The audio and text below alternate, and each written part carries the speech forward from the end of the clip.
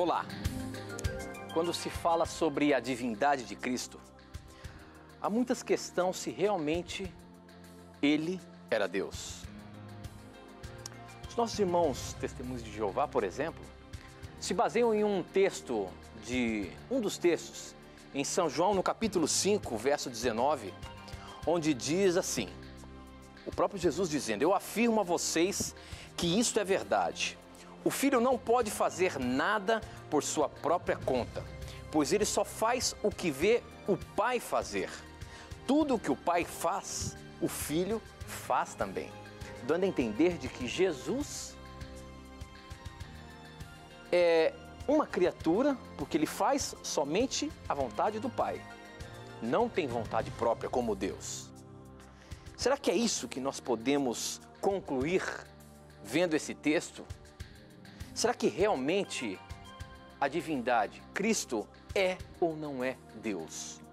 A divindade realmente é Deus Pai, Deus Filho e o Espírito Santo? Ou será que Jesus é uma criatura que foi dado poder a Ele? Esta e muitas outras questões você acompanha agora, pois está no ar, Na Mira da Verdade.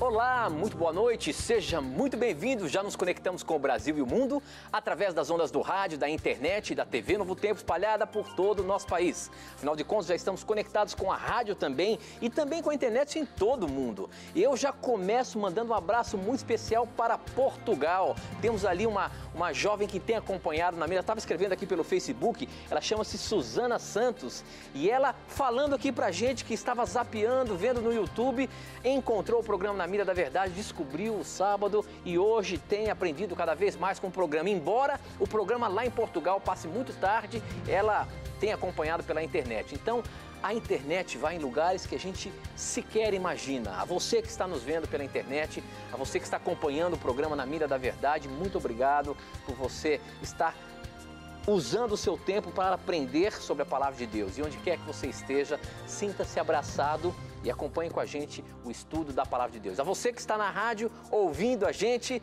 muito obrigado pelo carinho da sua audiência. Mande as suas perguntas para a gente, pode até destacar, estou ouvindo pela Rádio Novo Tempo, que a gente vai comentar aqui, tá bom?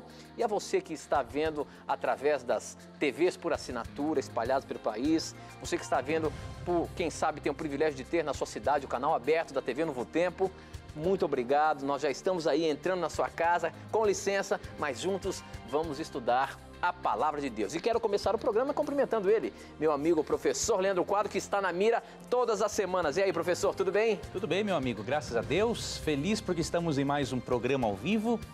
E também, amigo, quero mandar alguns abraços rapidamente aqui para alguns amigos queridos. Primeiro, quero mandar um abraço para todos os amigos do Na Mira do Trem, uns amigos lá de Curitiba. Amigos do trem? Na Mira do Trem. Fomos fazer um passeio uma vez de trem e aí eles botaram o nome da programação de Na Mira do Trem. Né? Que Deus abençoe a todos vocês. E um abraço também para o amigo que eu conheci lá, o marido da Tati, né? Que é de Curitiba, Paraná. Que Deus guarde a vocês, viu? Um abraço também para o Nilton, a Josi, o Guilherme e a Laurinha de Vitória, Espírito Santo, amigos muito queridos. Um abraço para todos que estiveram na igreja do Parque Industrial, em São José dos Campos, São Paulo. Deus guarde a vocês. Um abraço para o Gustavo, que é de Santos, um jovenzinho, Tito, que gosta muito do programa. Um abraço para o irmão, o professor José Passos, né? E para a irmã também, Isabel Passos, de Petrolina, Pernambuco. Obrigado, viu, pelo carinho de acompanhar o programa. E o último abraço aqui que eu recebi de um amigo meu é os papais do meu amigo Nilton Melo, de São Paulo, os papais do senhor Ézio e a irmã Laudi. Eles gostam muito do programa, Tito, e eles são de Hortolândia, São Paulo. Queridos irmãos, que Deus continue dando muita saúde a vocês e abençoando a vocês pelo trabalho que vocês têm feito para Deus desde que vocês se tornaram cristãos, viu? Que Deus guarde a vocês e muito obrigado a você, telespectador e ouvinte, pelo seu carinho para com o nosso programa. A gente não pode cansar de agradecer o carinho que vocês têm com a gente. Onde quer que a gente vai aí, a gente é muito agraciado pelo carinho de vocês. Nós não temos palavras para agradecer. Estamos juntos aqui estudando a palavra de Deus e queremos aprender cada vez mais. Este é um programa onde nós todo o tempo iremos apresentar apenas o que a Bíblia ensina. Então, para você participar do programa, este é um programa, se você está ligando aí agora, esse é um programa de perguntas e respostas bíblicas. Se você tem uma pergunta, se você tem uma dúvida, você manda para a gente e nós vamos responder baseados na palavra de Deus, porque o objetivo nosso é estudarmos este livro sagrado e aprendermos cada vez mais. Eu também mando um abraço especial para Itapeva, Minas Gerais, Extrema, todas as cidades dali da Redondeza. Nós estivemos lá há 2 sábados atrás e fomos muito bem recebidos. Um abraço a todos vocês que acompanham o programa Na Mira da Verdade. Mas, professor Leandro Quadros, já temos que começar porque o assunto é sério e eu digo mais, o assunto é ponto de salvação. Exato. A questão da divindade de Cristo, professor. Existem os nossos irmãos, por exemplo, do Testemunho de Jeová, eles têm apresentado, de acordo com o conhecimento deles, a questão de que Jesus talvez não seja Deus. E sim, quem sabe um profeta, sim, e são baseados até em alguns textos. Um dos textos é João 5,19, onde Jesus está dizendo ali que ele só faz a vontade do Pai. Dá a entender que ele só faz a vontade do Pai. O que o Pai manda, ele faz. Não, ele não tem assim, o poder de fazer por ele mesmo, dando a entender de que ele é uma criatura. Será que é isso mesmo? Como que é a questão da divindade? Jesus Cristo é ou não é Deus, professor? Essa, Tito, realmente é uma das perguntas mais importantes para um cristão, porque, como você falou, Tito, é um ponto realmente de salvação. A forma como compreendemos a pessoa de Cristo vai determinar a nossa salvação eterna. Então, podemos afirmar que a questão da divindade de Cristo é um ponto de salvação. É um ponto de salvação, Tito, porque na linguagem bíblica, aceitar a Cristo como Salvador, amigo Tito, e amigo telespectador e ouvinte, envolve também aceitar a Cristo como Deus. Então, por maior carinho e respeito e admiração, inclusive, que eu tenho pelos irmãos das Testemunhas de Jeová, porque eles fazem um trabalho missionário que muitos cristãos não fazem, né? Que é de ir em porta levando a mensagem de salvação. Então, é um trabalho admirável. Agora, esse ponto eles teriam que corrigir com urgência, porque afirmar que Cristo é um Deus menor ou uma criatura, isso aí é uma coisa que traz prejuízos sérios para a compreensão correta da fé cristã, para a fé bíblica. Por exemplo, o centro da mensagem bíblica é que Deus encarnou-se para morrer pelos pecados da humanidade. Então, João 1,14 apresenta Jesus como o ser divino que encarnou. Então, somente um ser do calibre, diríamos assim, de Deus, poderia pagar a nossa dívida na cruz. Não poderia ser um ser inferior a Deus na essência divina, não é? Então, tem implicações seríssimas. Eu vou mostrar, antes de explicar esse texto de João 5,19, só vou mostrar aqui rapidamente, comprovar biblicamente que aceitar a Cristo como Salvador envolve também aceitá-lo como Deus. Você não pode aceitá-lo somente como Salvador e dizer assim, eu nego a divindade de Cristo. Não, não pode. Uma coisa complementa a outra. Então, 1 João 5, 12 e 20 são textos assim fundamentais para essa questão. O verso 12 diz assim, quem tem o Filho tem a vida. Quem não tem o Filho de Deus não tem a vida. Aqui diz que quem tem a Jesus como Filho de Deus tem a vida eterna. E quem não crê em Jesus como Filho de Deus não tem a vida eterna. Agora, o que envolve aceitar a Cristo como Filho de Deus? Verso 20. E sabemos que já o Filho de Deus é vindo e nos deu entendimento para conhecermos o que é verdadeiro. E no que é verdadeiro estamos, isto é, em seu Filho Jesus Cristo. Este é o verdadeiro Deus e a vida eterna. Jesus é chamado de verdadeiro Deus e é dito que ele também é a vida eterna. Cristo só poderia ser fonte de vida eterna se ele fosse verdadeiramente Deus, não um Deus menor. como a Bíblia o chama de fonte da vida eterna, e a Bíblia diz também que ele é o verdadeiro Deus, não há dúvidas de que, para o apóstolo João, ter a Jesus como Filho de Deus envolve aceitá-lo como Salvador e aceitá-lo também como Deus. Somente Deus poderia substituir a você e a mim na cruz. E foi isso que Deus fez. Tanto que em João 1:3 ele é chamado de Deus, e no verso 14 diz que esse Deus encarnou.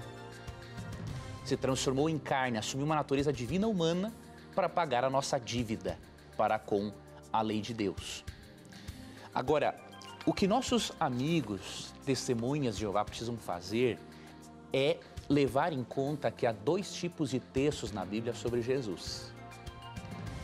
Por exemplo, eu li um livreto deles, intitulado assim, O que a Bíblia realmente ensina. Na verdade, o que ele está apresentando ali em várias doutrinas não é o que a Bíblia realmente ensina, com muito respeito.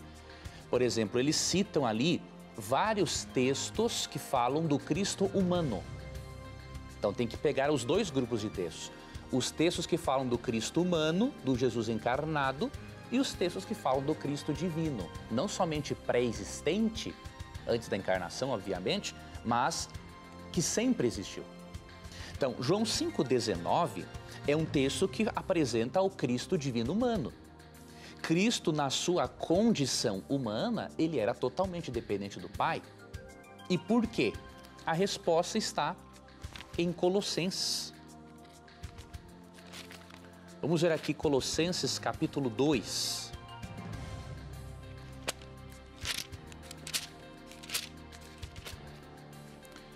Colossenses, ou melhor, esse vai ser Filipenses capítulo 2. Esse é um texto de Colossenses, eu vou ler depois. Filipenses 2, verso 5. De sorte que haja em vós o mesmo sentimento que houve também em Cristo Jesus, que sendo em forma de Deus, não teve por usurpação ser igual a Deus, mas aniquilou-se a si mesmo, tomando a forma de servo, fazendo-se semelhante aos homens. Ou seja, Cristo assumiu uma função de subordinação a Deus o Pai por causa da encarnação. Cristo não deixou de ser Deus, só que ele velou, diríamos assim, a sua divindade, não a usou em benefício próprio, porque ele assumiu a natureza humana. Então Cristo era totalmente dependente do Pai como ser humano. Então ele assumiu uma função de subordinação. Agora, por ele assumir uma função de subordinação e fazer tudo dependendo do Pai, isso não significa que ele também tem uma natureza inferior. Por quê? Se você ler Colossenses 2,9, você percebe que é muito claro o texto. Porque nele habita corporalmente toda a plenitude da divindade. Ou seja, ele não é maior e nem menor que Deus o Pai em essência. Ele tem toda a plenitude da divindade. Então veja, 2 grupos de textos. João 5,19, falando claramente do Jesus encarnado, dependente do Pai. Já Colossenses 2,9 já fala do Jesus que foi glorificado, reassumiu seus atributos divinos, e aqui diz que nele habita toda a plenitude da divindade. E para finalizar essa resposta, eu recomendo que os nossos queridos irmãos que acompanham este programa leiam Isaías 9,6. Ali Jesus é chamado de Pai da Eternidade. Como que Jesus pode ser chamado de Pai da Eternidade e ter um começo ao mesmo tempo? Não tem como. As 2 coisas são contradições lógicas, né? Ou Cristo é eterno, como Deus o Pai, ou ele teve um começo. Mas como Isaías 9,6 fala claramente que ele é o Pai da eternidade, então ele não pode ter um começo. Tanto que em Apocalipse 1,17 o próprio Cristo diz a respeito dele o seguinte: eu sou o primeiro e o último. Essa é a mesma linguagem que Yahvé, no Antigo Testamento, utiliza em Isaías 44,6, quando diz assim: eu sou o primeiro e o último. Então Cristo é plenamente Deus. É também plenamente humano, mas Cristo é divino humano. Ele assumiu uma forma humana. Por assumir essa forma humana, ele tem hoje uma função de subordinação em relação ao Pai, mas essa função de subordinação não interfere na sua essência divina. Ele continua tendo a mesma essência divina que Deus Pai e, obviamente, que o Espírito Santo também, tá? Que Deus ajude a você, amigo, telespectador e ouvinte, não importa a religião a qual você pertença, né? E se você também é um testemunho de Jeová, que você abra o seu coração para Deus, para Jeová continuar mostrando a você a beleza e a singularidade da pessoa divina de Jesus Cristo. Muito bem, professor. Bom, para você participar do nosso programa, basta você mandar as suas perguntas para o número 12 981510101. Você manda um SMS, ele chega aqui na hora para a gente e a sua pergunta poderá estar na mira da verdade. Você também pode acessar o nosso blog. O nosso blog, além de você poder mandar suas perguntas quando o programa está ao vivo, você vai poder acompanhar os assuntos, os mais diversos assuntos em debate, que falamos sobre a verdade bíblica ali. Você tem, além dos assuntos de apologia, você tem os mais diversos assuntos de psicologia, você também tem todos os programas na mira da verdade para você assistir. Programas mais antigos para você acompanhar. E lá você pode postar as suas perguntas ao vivo. Ela chega aqui na hora para mim, novotempo.com/na mira da verdade. E pelo Facebook, namiradaverdade.nt. E tem também no Twitter, @na mira da verdade. Participe do programa. Aqui pelo nosso blog, já chegou uma pergunta muito interessante. Quem mandou foi o Antônio Adilara e ele diz o seguinte, ele é de Vera Cruz, Rio Grande do Sul. Vera Cruz tem em São Paulo também, essa aqui é do Rio Grande do Sul. Ele diz o seguinte, por que Jesus disse, afasta de mim este cálice em Lucas 22? Se Jesus decidisse não morrer pela humanidade, ele iria morrer como qualquer outro humano ou voltaria ao Pai como se nada estivesse acontecido? Professor Leandro Quadros, como é que a gente coloca essa aí na mira, meu amigo? Se Jesus não morresse na cruz ali, se simplesmente ele disse, afasta de mim, eu não quero mais, Senhor.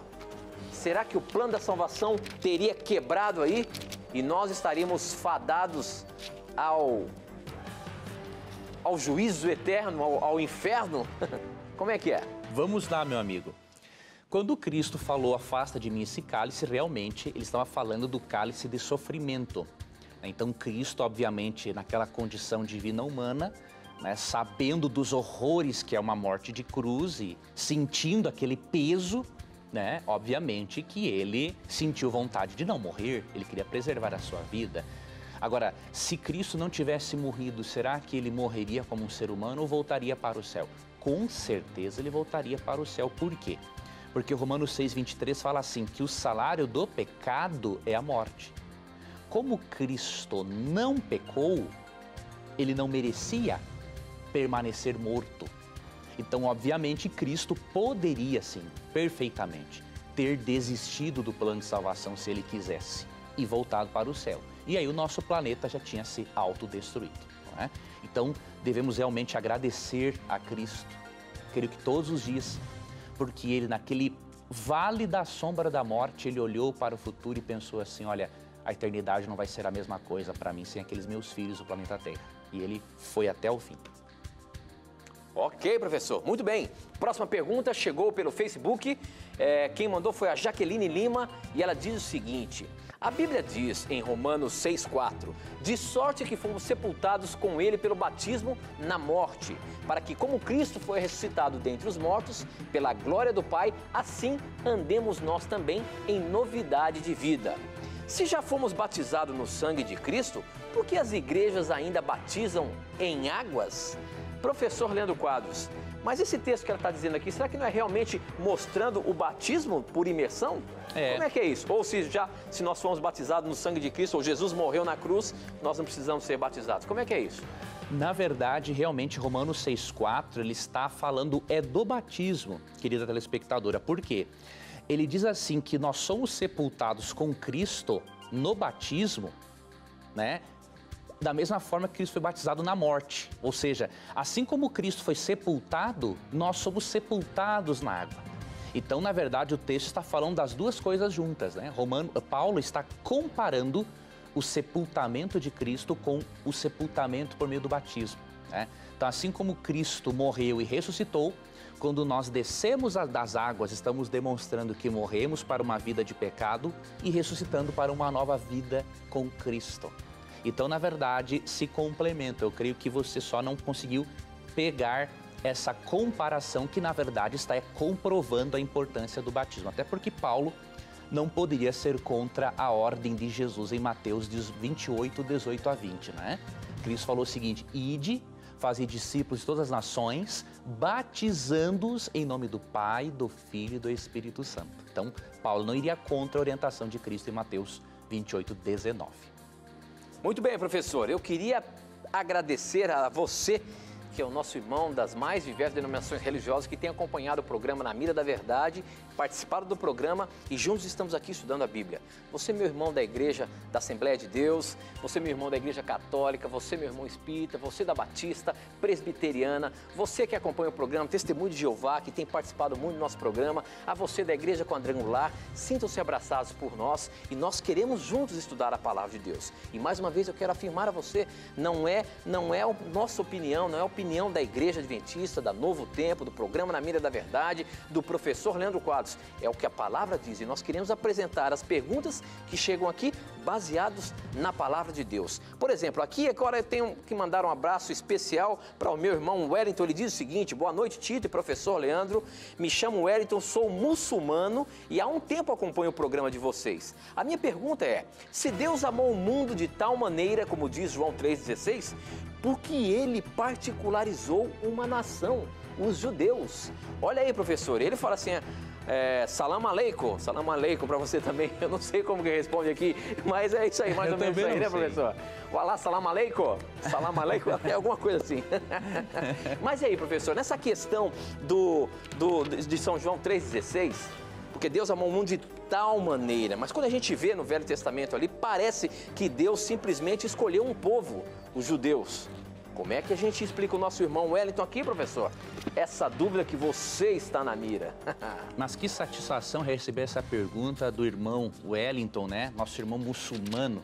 Meu irmão, você é muito bem-vindo, viu, também a este programa. Este programa, né, Tito, graças a Deus, aqui todas as religiões fazem este programa acontecer. Aqui, mesmo que nós não criamos muitas vezes em doutrinas, né, da mesma forma, nós tratamos aqui a todos como irmãos, porque podemos não ter mesmas crenças religiosas, mas somos criados pelo mesmo Deus. Então, meu irmão, é uma honra para nós sabermos que você também acompanha o nosso programa, tá? Vou lhe ajudar a entender este ponto. Nós vamos ler Ezequiel, capítulo 8, versículo 20 em diante, e nós vamos... Zacarias, na verdade, capítulo 8, versos 20 em diante, para você entendermos uma coisa, irmão, muito interessante. Deus realmente chamou o povo de Israel, mas não para ser seu povo exclusivo da salvação. Por que Deus escolheu Israel? Deus, na sua soberania, ele viu que aquele povo se colocaria nas mãos dele, e depois, obviamente, os judeus, para poder levar a sua mensagem de salvação a todo mundo. Então Deus chamou o povo de Israel dentre os demais povos, porque eles, por serem os descendentes de Abraão, eram os filhos espirituais também de Abraão, mas não era com um sentido exclusivista. Pelo contrário, era para que o evangelho, por meio deles, fosse levado a todas aquelas nações pagãs daquela época. Então, olha o que diz Zacarias 8:20 em diante. Assim diz o Senhor dos Exércitos, ainda sucederá que virão povos e habitantes de muitas cidades, e os habitantes de uma cidade irão a outra dizendo: vamos depressa suplicar o favor do Senhor e buscar o Senhor dos Exércitos. Eu também irei. Assim virão muitos povos e poderosas nações buscar em Jerusalém o Senhor dos Exércitos e suplicar a bênção do Senhor. Assim diz o Senhor dos Exércitos, naquele dia sucederá que pegarão 10 homens de todas as línguas das nações, pegarão sim na hora da veste de um judeu, dizendo: iremos convosco, porque temos ouvido que Deus está convosco. Olha qual é o objetivo de Deus. O objetivo de Deus ao chamar o povo de Israel, ao chamar os judeus, é que eles fossem o quê? Canais de bênçãos, do conhecimento do verdadeiro Deus para todos os povos. Deus não os chamou exclusivamente para dar a salvação a eles. Chamou-os porque eles poderiam desempenhar melhor a função de levar a mensagem de Deus para todos os povos. Tá? Então, esse chamado era inclusivo, né? Para incluir outros povos e não exclusivo. Muito bem, professor. Bom, para você participar do programa, nosso programa é ao vivo, basta você mandar as suas perguntas para o nosso SMS, o número é 12 981510101. Mande a sua pergunta e eu recebo aqui. Ou então acesse o nosso blog novotempo.com/Na Mira da Verdade. E ali vai dizer que o programa está ao vivo, do lado direito, você faz a sua pergunta e ela chega na hora aqui. Pelo Facebook, participe também. Novo Tempo no Facebook é Na Mira da Verdade, namiradaverdade.nt. E pelo Twitter, @Na Mira da Verdade. Você tem várias formas de participar do programa. Mande as suas perguntas para a gente e vamos colocar o professor na mira e ver se ele responde baseado na palavra de Deus. A próxima pergunta chegou pelo Twitter. Quem mandou foi o Romim Rocha e ele diz o seguinte: Tito, Jó 1, de 6 a 8, parece ser uma reunião no céu. Que liberdade Satanás tem de participar? A presença do diabo parece tão normal. Por que isso? Lá no livro de Jó tem essa situação, professor. Olha, nós temos 30 segundos. Você consegue responder? Consigo. Ou nós vamos para o intervalo e você responde depois? Consigo. Como é que é essa situação? Por que Satanás teve liberdade de chegar no céu ali, professor? Aqui é o seguinte, ó, Apocalipse 12, 7 a 9 menciona que Satanás foi expulso do céu. E, obviamente, depois dessa expulsão, por ele já ter pecado há muito tempo e Deus ter dado oportunidades para ele, ele não voltou mais. Então, aquela reunião em Jó, capítulo 1, nós não sabemos se foi ou uma reunião no planeta Terra ou num outro mundo criado por Deus, né? Os comentaristas se dividem em relação a isso porque o texto não nos dá uma certeza. Agora, por Apocalipse 12, 7 a 9, sabemos que não foi no paraíso, de onde Lúcifer foi expulso no princípio. Foi, então, ou uma adoração que os outros mundos prestaram a Deus no planeta Terra, ou num outro mundo que Satanás ainda tivesse algum tipo de acesso. Pois então, depois do intervalo, você vai me responder o seguinte, professor. Já que Satanás não teve acesso no paraíso, como é que ele se apoderou de uma serpente no paraíso e tentou Eva? Segura aí. Depois do intervalo, você está na mira, meu amigo. Participe do programa mandando as suas perguntas, aproveite o intervalo e faça a sua pergunta e mande pra gente. Não sai daí não, a gente volta já já.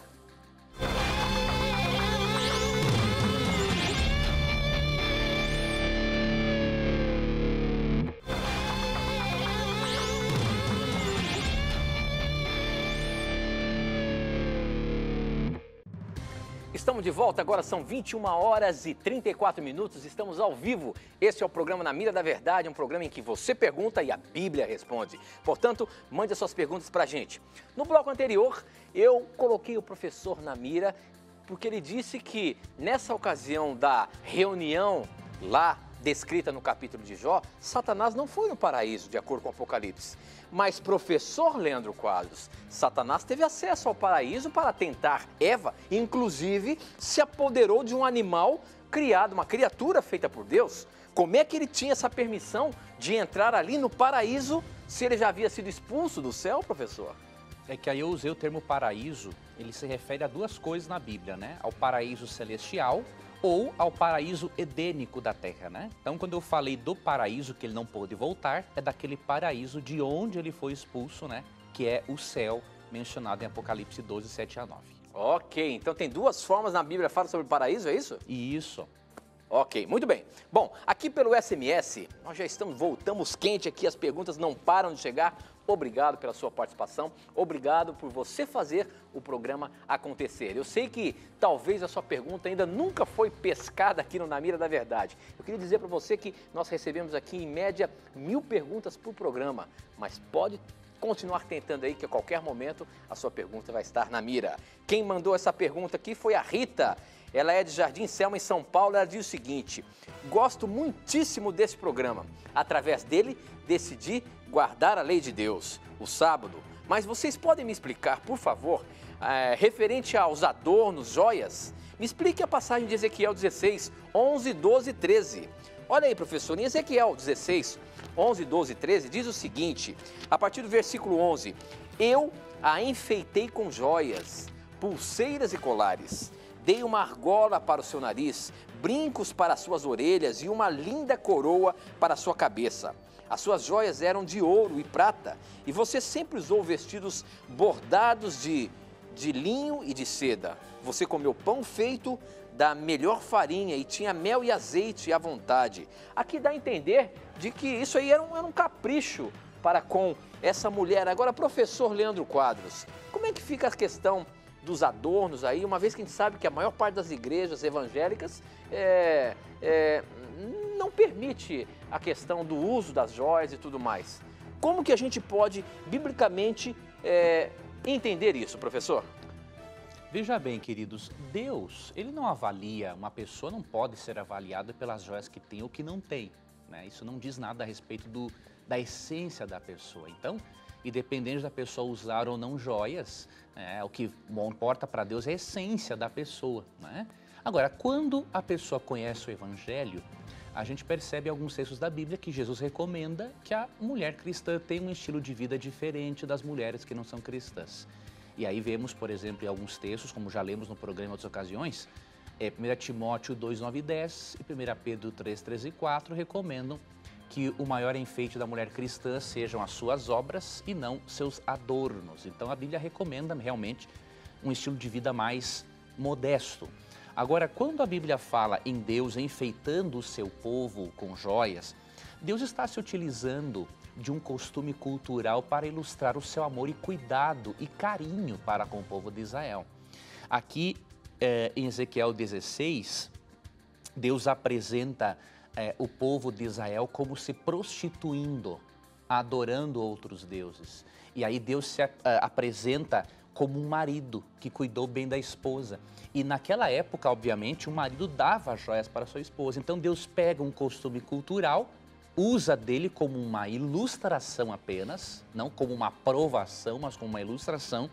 E Deus está falando o seguinte: olha, eu peguei você, te adornei com enfeites, coloquei braceletes em você, pus joias em você, e mesmo assim cuidei de você com tanto carinho, e mesmo assim você acaba me traindo, adorando deuses pagãos. Então Deus só pegou isto como exemplo, não que ele estivesse aprovando a prática para as suas filhas, né? Só pegou como exemplo ilustrativo para mostrar o seu cuidado, carinho e amor para com o povo de Israel que havia traído a Deus. Muito bem, professor. A próxima questão não é uma questão, mas sim, no Na Mira da Verdade, o momento da mentira.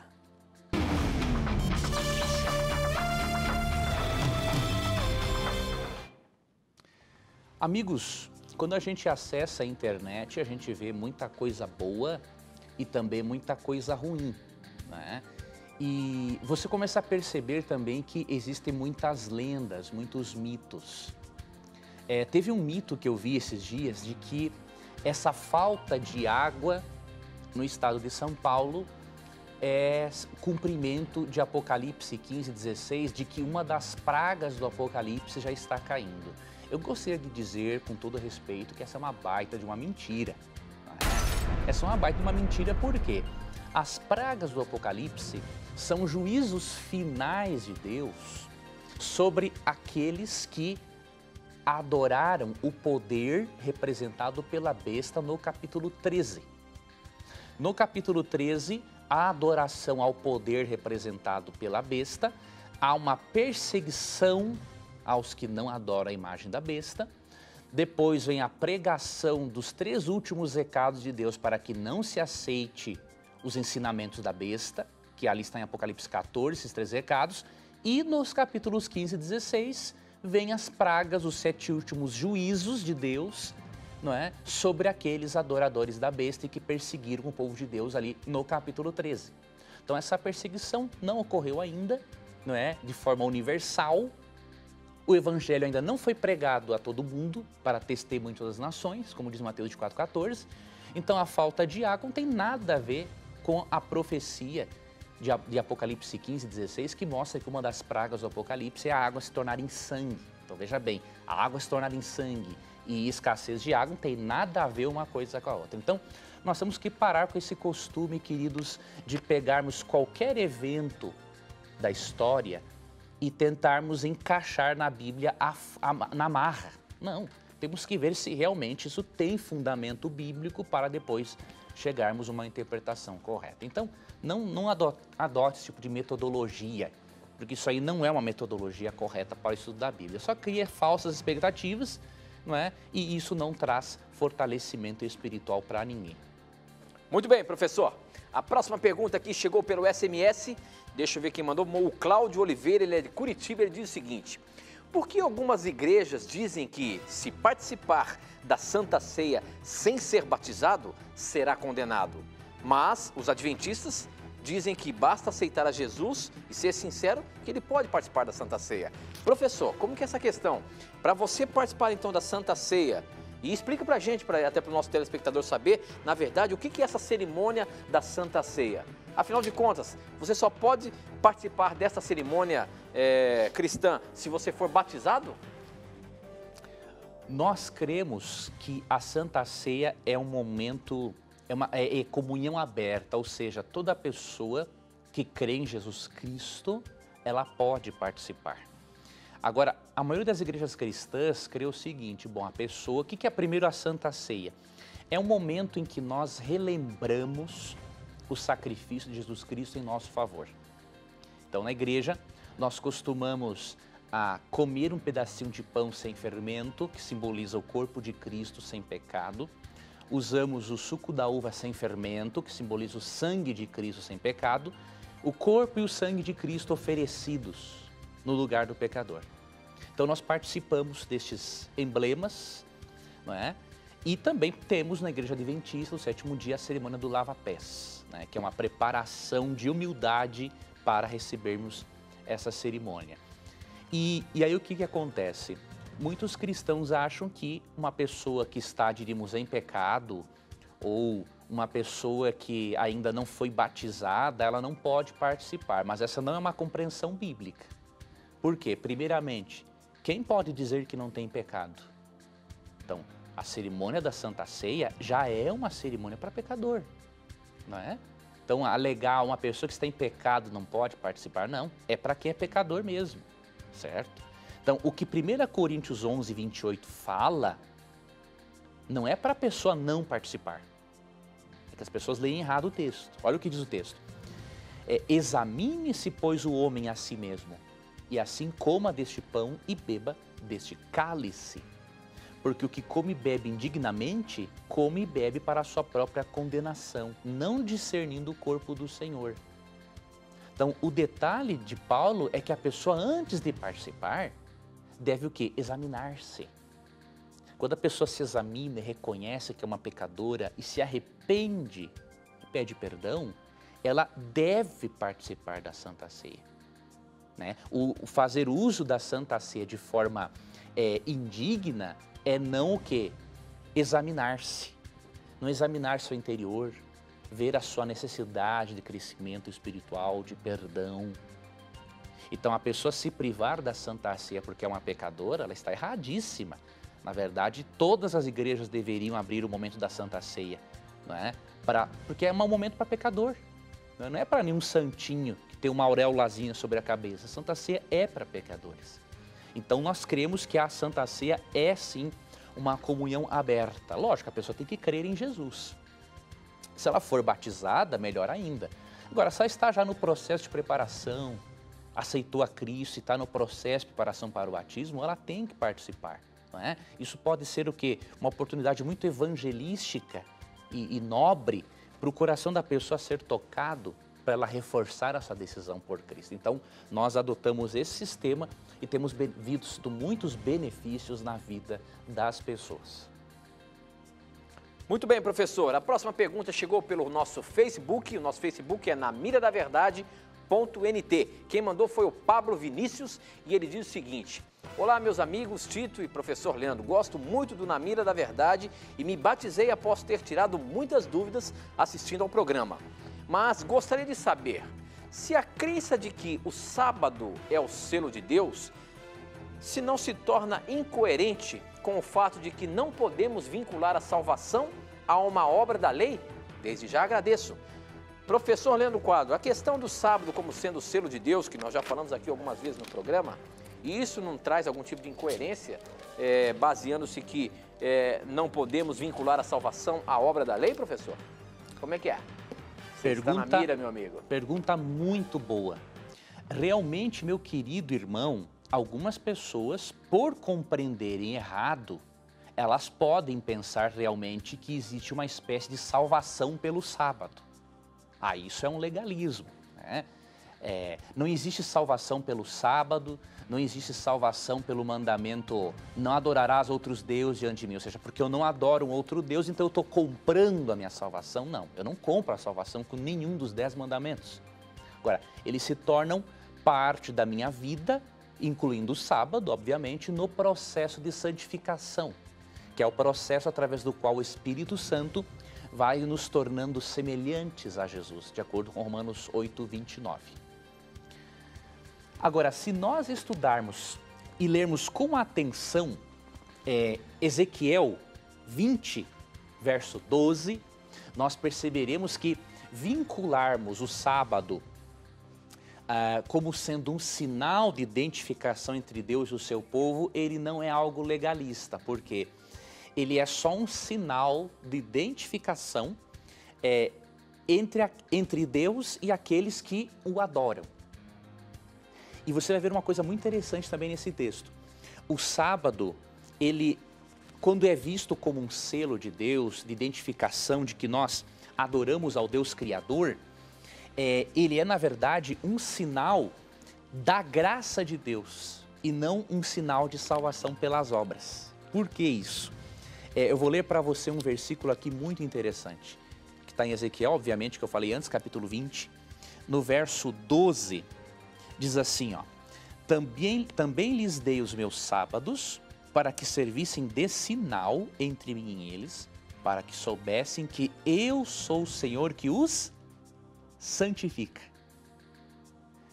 Percebeu por que o sábado é um selo de Deus que nos leva a nossa mente à graça de Deus? Porque o texto fala, não é o sábado que nos santifica, é o Senhor quem nos santifica. O sábado é um lembrete de que o Senhor nos santifica. Por quê? Sendo que, de acordo com Gênesis 2, 3, Deus abençoou e santificou o sábado. Veja, ele não abençoou e santificou todos os dias da semana. Então, meu irmão de outra igreja cristã, pare com essa ideia de que todos os dias são iguais para Deus, ou que o domingo foi santificado por Deus. Isso não existe na Bíblia, né? Isso aí, olha, por mais que se escrevam livros para provar isso, não tem como provar isso, né? O domingo substituiu o sábado porque Cristo ressuscitou. E daí?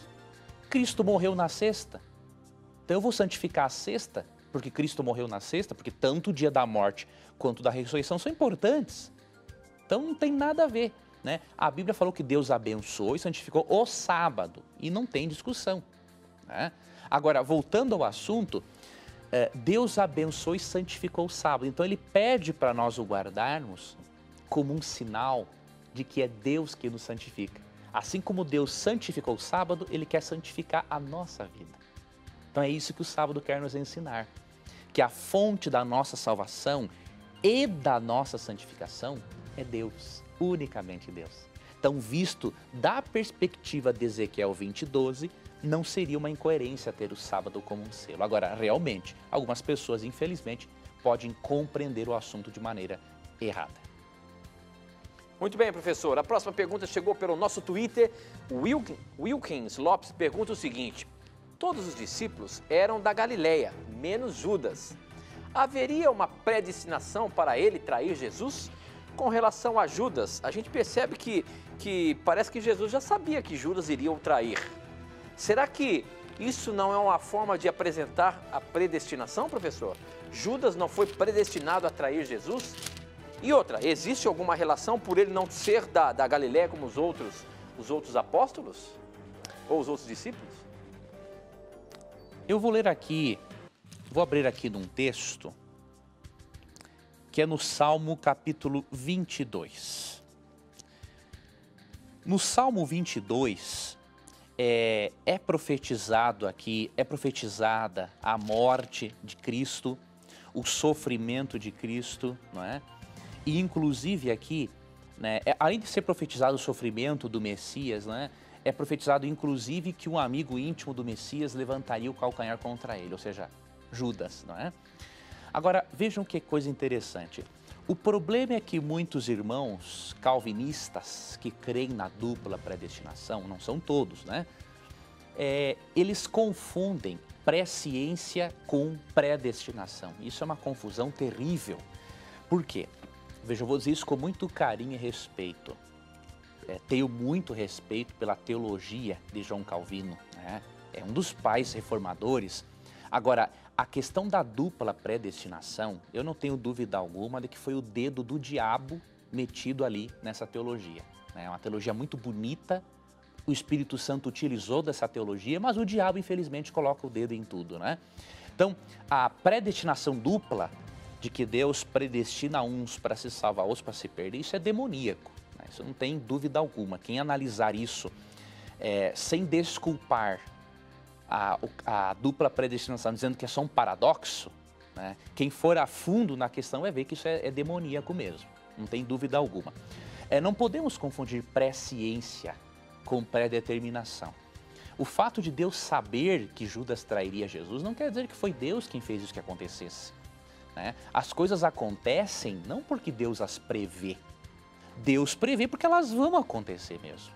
É óbvio que, em aspectos gerais, Deus tem história sobre a sua mão, nas suas mãos. Agora, Deus não tem tudo sobre as suas mãos como se fosse um fantoche, por exemplo. Se nós alegarmos que Deus, na sua soberania, decide quem vai para o céu e quem não vai, eu posso alegar o seguinte: então por que ele não foi soberano e bom o bastante para predeterminar que todo mundo fosse salvo? Então não tem lógica isso, né? Como que Deus, por exemplo, vai predestinar que algumas pessoas façam as coisas que ele mais odeia que elas façam? Por exemplo, Deus abomina o sacrifício infantil? Deus advertiu o povo de Israel milhares de vezes para não fazer essa barbaridade que os pagãos faziam. Agora você vai me dizer que Deus adverte o povo de Israel e aí depois Deus predestina para eles fazerem? Então não tem lógica isso. Então não confundamos presciência com predestinação calvinista. O fato de Deus saber, a presciência de Deus não é causativa necessariamente das coisas. Então, se nós confundirmos esses dois conceitos, aí nós vamos cair no calvinismo e aí vamos ter uma imagem de Deus, uma imagem que na verdade é o diabo quem tem e não Deus, né? Deus é amor, Deus é sábio, ele sabe todas as coisas com antecedência, mas Deus também ele é onipotente. Ele tem o poder de mudar o curso da história, se assim o coração humano permitir que ele o faça. Muito bem, professor. A próxima pergunta chegou pelo nosso blog. Quem mandou foi o Paulo Fernandes. Ele é de Fortaleza, Ceará. Ele diz o seguinte: a pena de morte tem base bíblica? Já que na Bíblia há relatos de que os criminosos deveriam ser punidos com o mesmo mal que houvessem cometido? Ou seja, se roubou uma vaca, deveria devolver 2 vacas. Se matasse, deveria ser morto. Existe, sim, alguma base bíblica para a pena de morte, professor? Veja bem, qualquer cristão é livre para ser a favor ou contra a pena de morte, porque isso é uma questão muito particular, não é? Mas nós não estamos julgando, professor? Eu não estaria julgando alguém se ele deve ou não deve morrer? Mas o detalhe é o seguinte, é que Deus deu autorização para a lei fazer esse tipo de julgamento. Mas onde é que está isso? Ixi, tem muitos textos. Vou começar por um deles. Alguns chegam a dizer assim, Deus deu a pena de morte no contexto de Israel, porque era um povo muito duro, então Deus tinha que reeducar e tudo mais. Não tem nada a ver esse argumento, né? A questão da pena de morte é dada muito antes de existir o povo de Israel, em Gênesis 9:6. e que não é só uma questão cultural. O texto é claro, porque quando Deus deu esse texto, Noé tinha recém saído da arca, né? Era Noé, seus filhos, suas noras e a esposa, né? Então Deus, para mostrar o valor da vida, diz o seguinte, Gênesis 9:6, quem derramar o sangue do homem, pelo homem o seu sangue será derramado. Porque Deus fez o homem conforme a sua imagem. Então, a pessoa pode ser contra a pena de morte e ela tem esse direito. Agora, usar a Bíblia para dizer que a Bíblia é contra a pena de morte, aí com certeza a pessoa deu um bola fora, né? A Bíblia apresenta claramente a pena Mas aí de morte. você não está dando base de que hoje pode ser comum a questão da pena de morte mesmo? Tito, se uma sociedade escolher isso, Deus não é contra. Agora, se a sociedade optar por não ter, como no Brasil, Deus também respeita isso, né? A pena de morte não é, diríamos assim, um mandamento. Agora, Deus, ele aprova. Deus valoriza, alguns dizem assim, não, a pena de morte é uma desvalorização da vida. Não, na verdade é valorização da vida, porque Gênesis 9:6 fala o seguinte, que por ser o homem a imagem e semelhança de Deus, o homem é tão importante que se alguém matá-lo, tem que pagar da mesma forma, né? Então, desvalorização do ser humano ocorre como a gente vê por aí, não é? As famílias das vítimas têm poucos direitos humanos em relação ao criminoso. Então, isso sim, para mim, na minha opinião, né, é uma desvalorização da vida. E também na opinião, obviamente, bíblica. Eu dei a minha opinião porque está com base em Gênesis 9:6. Então, se alguém quiser ir contra o texto bíblico, é livre para fazer isso. E em Romanos 13:1-4, Paulo menciona, inclusive nos dias do Novo Testamento, né? Ele fala assim, que a justiça é a espada de Deus para castigar o transgressor. Então, a espada não é para dar palmadinha, não. Espada era para o quê? Ó, cortar o pescoço mesmo. Certo? Mas por que Jesus então disse, quando ele falou assim, se te baterem no rosto, dê a outra face? Como é que fica então? No novo concerto ele fez alguma diferença nisso daí? Pelo contrário, Tito, é que muitas pessoas leem, Tito, erradamente os textos bíblicos. Quando o texto de Deus fala para dar a outra face, isso não tem relação alguma com a punição de um criminoso. Ele está falando o seguinte, nós, nos nossos interrelacionamentos pessoais, não devemos pagar o mal com o mal. Agora, Deus deu à justiça, né, a permissão de fazer essa execução. Agora, cada país é livre, né? Nós não podemos fazer apologia nem por uma coisa e nem por outra. Agora, eu tenho que, no meu papel aqui, apresentar o que a Bíblia diz. Eu não posso aqui, independente da minha opinião, para mim o que vale é o que a Bíblia diz. Então, se a Bíblia autoriza, é óbvio que se a sociedade quiser fazê-lo, com certeza terá o aval divino. O ideal para Deus, Tito, o ideal divino só vai ocorrer quando Jesus voltar. Isso que nós temos que ter em mente, né? Só quando Cristo voltar é que vai acabar a criminalidade definitivamente. Enquanto isso, infelizmente, nós teremos aí que lutar, né? Cuidar-se, proteger-se contra o mal, contra a criminalidade, mas confiar que Deus vai restaurar todas as coisas como era no seu princípio. Muito bem, professor. Com essa nós terminamos mais um programa Na Mira da Verdade, mas eu não quero deixar de apresentar a você a revista Verdades para o Tempo do Fim, que você pode receber gratuitamente na sua casa acessando o nosso blog, novotempo.com/Na Mira da Verdade. Veja a imagem dessa revista lá, clique lá e você vai poder receber na sua casa sem pagar nada, tá bom? Professor Leandro Quadros, obrigado mais uma vez por responder tantas perguntas e a gente se encontra terça-feira que vem. Tudo bem, meu irmão. Deus te guarde.